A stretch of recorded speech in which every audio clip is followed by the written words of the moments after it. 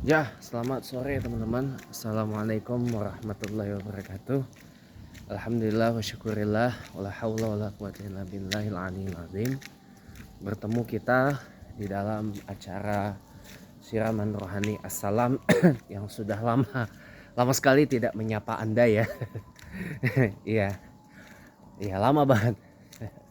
Hari ini tanggal 19 Sya'ban 1445 Hijriah atau bersamaan dengan hari Rabu tanggal 28 Februari 2024. Karena tahun 2024 ini adalah tahun kabisat ya.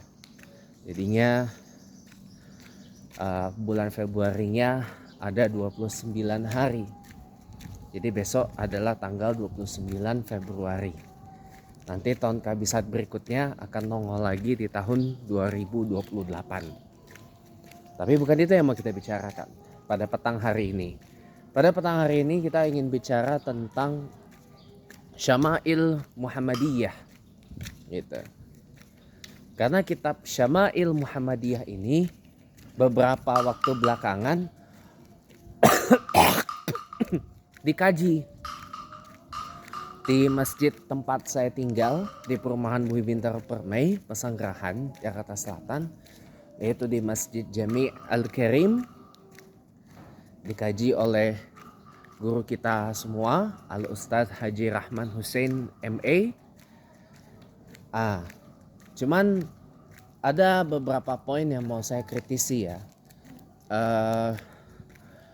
Sebenarnya kitab Syama'il itu adalah bagian dari sirah Nabawiyah atau sirah Muhammadiyah yang banyak diabaikan atau banyak dilupakan oleh orang ramai, orang banyak gitu. Ini memang perlu dikaji lagi ya. Perlu dikaji lagi, perlu dipelajari lagi.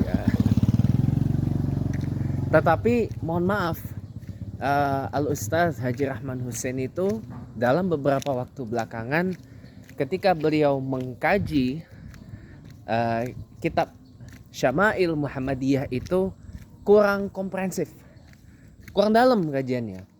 Akhirnya hanya sekedar membaca satu hadis gitu ya, lalu ditafsirkan, tapi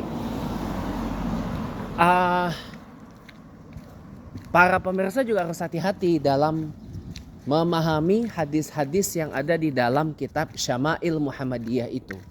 Karena kalau kejebak dalam apa yang disampaikan, ini nanti bisa fatal akibatnya. Nah, contoh bab pakaian yang disenangi dan disukai oleh Rasulullah Muhammad SAW atau pakaian-pakaian yang dipakai. Orang kan selalu merujuk kepada pakaian gamis, ya kan? Nah, asal muasal dari kata gamis itu kalau di hadisnya yang masuk dalam kategori hasan ini sebenarnya hadisnya itu asal katanya dari kata komis, pakai kof, mim dan sod ya. Kata komis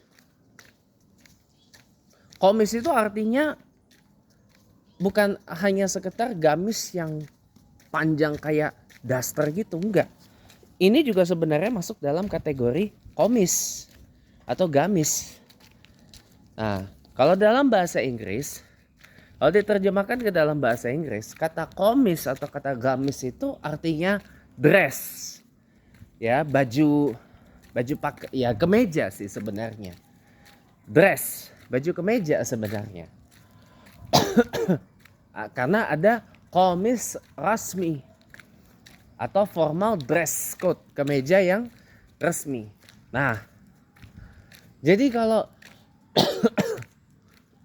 masih terjebak dalam pemahaman gamis itu adalah pakaian yang memanjang gitu ya, seperti itu bukan gamis namanya, itu namanya jubah. Ya, itu namanya jubah. Kalau gamis itu bukan gamis sih, tapi dari komis. Komis itu kayak gini, kayak kemeja gini, kayak baju koko gini loh, kayak baju ini namanya komis. Jadi bukan gamis dalam artian jubah gitu. Betul memang Rasulullah juga memakai jubah. Bahkan disebutkan dalam satu hadis Rasulullah itu juga menggunakan jubah Romawi. Jubah Romawi yang lengannya agak mengecil gitu. Yang lengannya menyempit. Ya. Ibaratnya tuh kalau apa? Kalau ini jubah yang kayak bahannya tuh kayak bahan jas gitu loh. Bahan jas yang biasa dipakai di business attire atau biasa jas yang menemani pakaian tuxedo. Nah itu jubah Romawi itu bahannya dari bahan yang kayak jas itu. Jas yang biasa dipakai di pakaian bisnis atau di pakaian tuxedo itu. Nah, ya kurang lebihnya demikian. Itu ada riwayatnya Rasulullah menggunakan jubah Romawi gitu. Jadi sampai bawah sini. Jadi hati-hati dalam memahami perkara kata gamis itu. Walaupun memang yang berkembang adalah gamis itu adalah pakaian yang kayak jubah gitu, kayak daster gitu loh, sampai ke bawah. Nah, itu namanya bukan gamis. Bukan, itu asal muasalnya dari komis kalau kita lihat dari teks aslinya, dari hadis yang dimaksud. Lalu pakaian yang kedua adalah menghibarah.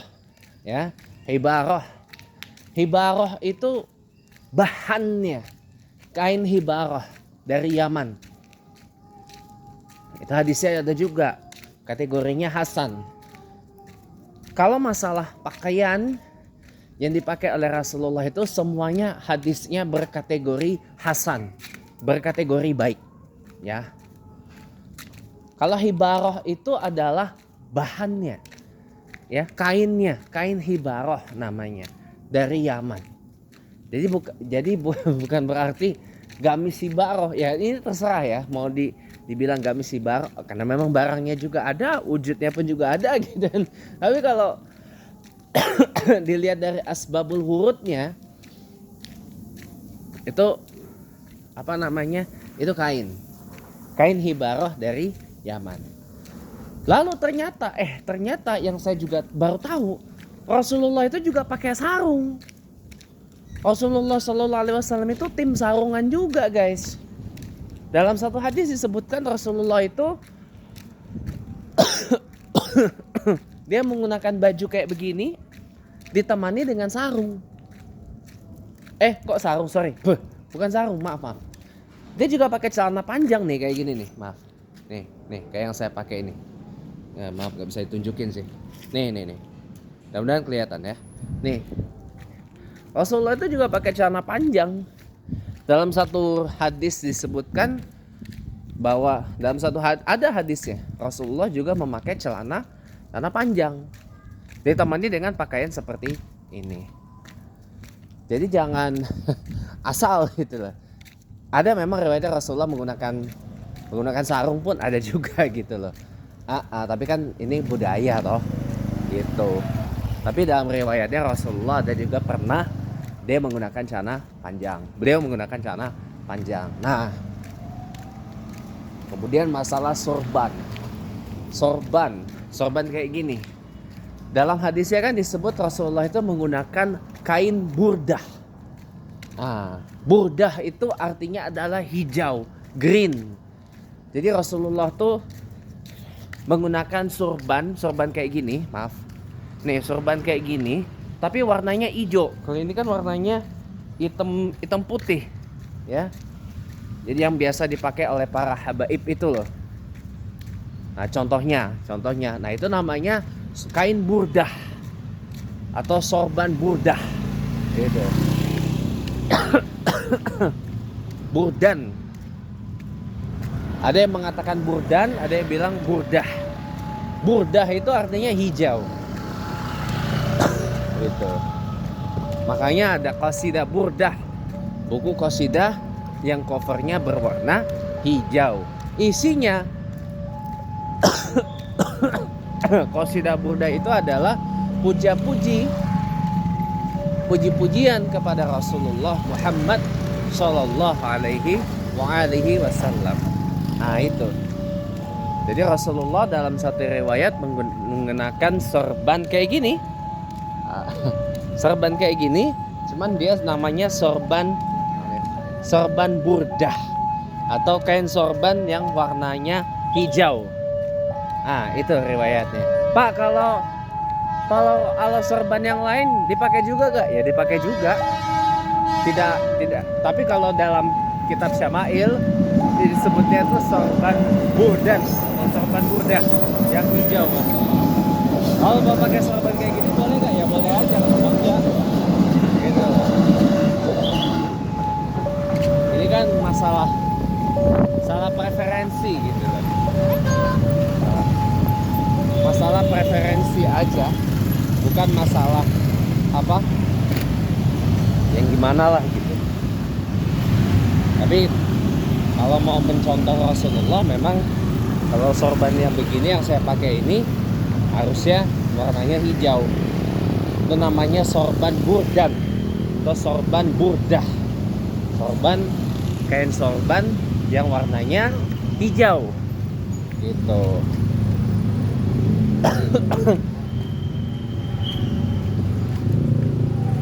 Lalu dalam satu kesempatan juga Rasulullah SAW itu juga menggunakan sandal jepit ketika bepergian. Lebih seringnya menggunakan sandal jepit nih, kayak gini nih. Maaf. Nih kayak sandal jepit. Oh. Itu ada. Jadi ini apa namanya? Perlu kajian yang lebih komprehensif sih tentang pakaian-pakaian yang dipakai Rasulullah dalam kitab Syama'il Muhammadiyah itu. Dan tentunya juga harus dengan tetap memperhatikan nahwu sorofnya, dengan tetap memperhatikan mantiknya dan seterusnya gitu. Jadi tidak bisa sembarangan main asal komentar, main asal tafsir dan seterusnya. Dan lihat juga dalam setiap hadis-hadis itu juga ada yang nama asbabul wurudnya. Nah ini yang tidak dibahas oleh guru kita Al-Ustadz Haji Rahman Hussein ketika beliau mengkaji Syama'il Muhammadiyah itu. Harusnya juga dibahas itu apa asbabun nuzul lagi, maaf, asbabul wurud dari hadis-hadis yang dimaksud. Jadi biar orang awam itu paham juga, oh maksud hadis ini begini, maksud hadis ini begitu gitu. Akhirul kalam soal warna ya. Warna dalam riwayatnya dalam beberapa hadis disebutkan Rasulullah itu menyukai pakaian yang,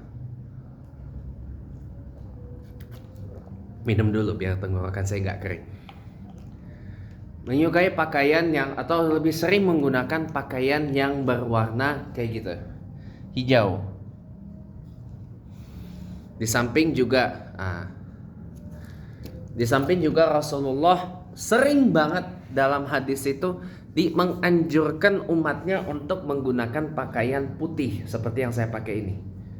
Warna putih ya. Tujuannya adalah untuk mengingat yang nama kematian. Karena kita kalau meninggal, kalau mati dibungkus pakai kain putih, namanya kain kafan. Tambah lagi juga Rasulullah itu sering banget menggunakan pakaian berwarna hitam. Nah, jadi mohon maaf, kadang-kadang teman-teman ini suka gimana ya? Pak, pakaian hitam kok kayak orang Kristen, Pak. Kayak orang Kristen meninggal, rest in PAC gitu loh. Rest in peace gitu. Enggak. Rasulullah itu dalam kitab Syama'il itu juga sering menggunakan pakaian yang berwarna hitam karena untuk menunjukkan aura kemewahan, kegagahannya itu. Nah, muncul kemudian Rasulullah tidak menyukai pakaian yang berwarna merah polos gitu ya. Tapi hati-hati, ini juga jangan juga diartikan kita tidak boleh pakai baju warna merah. Boleh. Karena biasanya kan kita kalau pakai baju warna merah kan, atau pakaian warna merah itu kan pasti kan ada warna-warna lain kan. Contoh misalkan saya nih pakai baju merah, celananya pasti warna hitam kayak gini, ya kan? Nggak mungkin merah ininya merah kayak jawara-jawara kayak gitu kan. Ya nggak apa-apa juga mau pakai gitu. Yang penting itu baju merah itu tidak dipakai oleh orang kafir dan juga tidak didapat dengan cara-cara yang tidak halal. Nah, itu yang tidak dibolehkan menggunakan pakaian merah.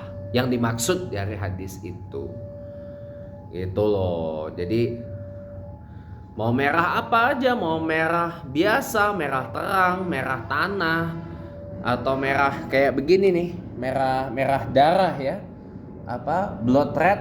Merah ini namanya merah darah ini ya. Blood red, merah metalik, merah pucat, pale red gitu ya. Atau mate red, mate red, itu boleh-boleh aja pakai. Siapa yang larang? Nggak ada kok. Gitu. Yang penting pakaian merah itu didapat dengan cara yang betul dan tidak dipakai oleh orang-orang kafir. Itu yang dimaksud. Itu. Karena masalah pakaian yang berwarna merah ini para ulama ada berbeda pendapat. Cuman karena Indonesia mengikut mazhab Syafi'i, jadi menurut para ulama Syafi'iyah dibolehkan. Ini juga dibolehkan oleh ulama-ulama Hanafiyah. Gitu. Itu juga boleh, tidak ada yang melarang. Terus gitu. Ini juga pendapat yang paling kuat. Ya, akhirul kalam mungkin ini saja dulu yang bisa saya sampaikan mengenai kehati-hatian kita dalam mengkaji dan memahami kitab seperti Syama'il Muhammadiyah dan Syama'il Rasulullah. Ya, karena mohon maaf, kalau kita mengkaji sirah nabawiyah, kitab-kitab yang berkenaan dengan sirah itu pasti ada relate, kalau bahasa anak sekarang tuh relate-nya dengan Al-Qur'an dan hadis, Al-Qur'an dan Sunnah Rasul. Kalau kita nggak hati-hati dalam memahaminya dan mengkajinya, bisa fatal akibatnya. Sudah, mungkin ini saja dulu yang bisa saya sampaikan. Nasrun minallah fathun qarib basyiril mu'minin. Wallahul muwaffiq ila aqwamit thariq. Assalamualaikum warahmatullahi taala wabarakatuh.